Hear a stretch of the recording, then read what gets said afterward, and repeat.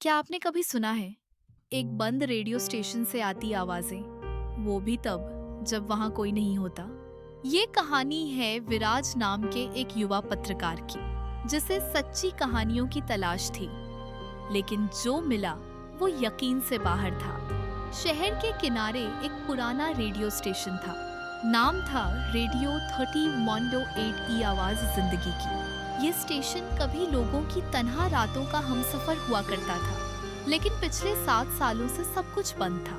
कोई प्रसारण नहीं, कोई स्टाफ नहीं, सिर्फ सन्नाटा।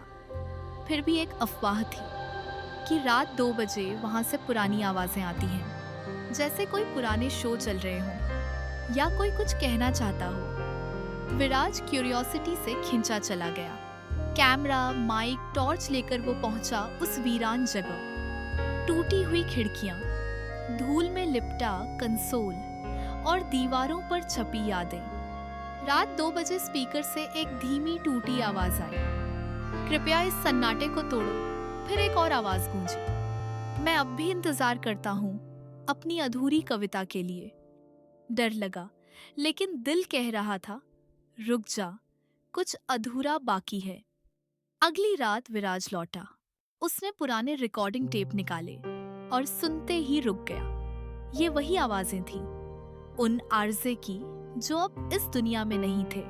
एक आरजे हर रात एक अधूरी कविता पढ़ता था, जिसकी आखिरी लाइनें कभी सुनाई ही नहीं दी। कविता की एक पंक्ति टेप पर सुनाई दी, जिंदगी की गली में जो खो गए, उनकी सांसें भी आवाज बन जाती हैं। विराज ने रेडियो स्टेशन को दोबारा खोला, लेकिन आज के गानों या शो के लिए नहीं, बल्कि एक नई सीरीज के लिए। नाम था गुमशुदा आवाजें, जहां हर रात वो पुराने रिकॉर्ड चलाता। उनकी आवाजें जो अब दुनिया में नहीं, मगर कुछ कहना बाकी था।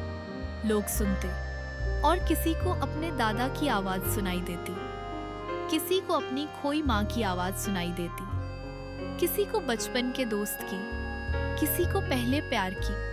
और तब महसूस हुआ, एक इंसान चला जाता है, पर उसकी आवाज, उसकी बात, उसकी भावनाएं कभी नहीं जाती। हर आवाज एक कहानी होती है, और हर कहानी एक याद, एक ऐसी याद जो कभी नहीं मरती। जो खो गए हैं, उनकी आवाज भी कभी कभी जिंदा रहती है। बस हमें सुनने की जरूरत है। इस सन्नाटे में भी